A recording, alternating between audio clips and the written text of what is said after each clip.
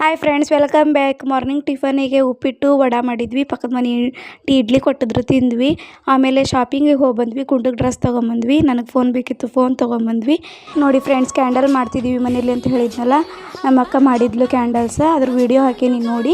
ನಿಮಗೆ ಹಾಗೇನಾದರೂ ಬೇಕಿದ್ರೆ ಆರ್ಡರ್ ಮಾಡಿಕೊಡ್ತೇವೆ. ನಿಮ್ಗೆ ಯಾವ ಥರದ್ದು ಬೇಕು ನೋಡಿ, ಆ ಥರದ್ದು ಹೇಳ್ರಿ, ಮಾಡಿಕೊಡ್ತೇವೆ. ನೋಡಿ ಫ್ರೆಂಡ್ಸ್, ಕ್ವಿಕ್ಕಾಗಿ ಮಟನ್ ಸಾಂಬಾರು ಮತ್ತು ಪಲ್ಯ ಹೇಗೆ ಮಾಡೋದು ಅಂತ ಹೇಳ್ತೀನಿ.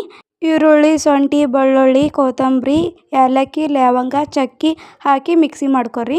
ಆಮೇಲೆ ಒಂದು ಪಾತ್ರೆ ಇಟ್ಟು ಎಣ್ಣೆ ಹಾಕಿ ಅರಶಿನ ಖಾರ ಹಾಕಿ ಕೈಯಾಡಿಸಿ ಆಮೇಲೆ ಮಸಾಲೆ ಹಾಕಿರಿ. ಮಸಾಲಿನ ಹಸಿ ಸ್ಮೆಲ್ ಹೋಗೋವರೆಗೂ ಕುದಿಸ್ರಿ.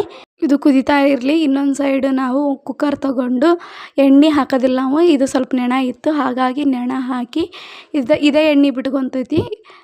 ನೋಡಿ, ಇದು ಎಣ್ಣೆ ಬಿಟ್ಕೊಂಡೈತಿ. ಈಗ ಖಾರ, ಉಪ್ಪು, ಅರಶಿನ ಹಾಕಬೇಕು. ಹಾಕಿ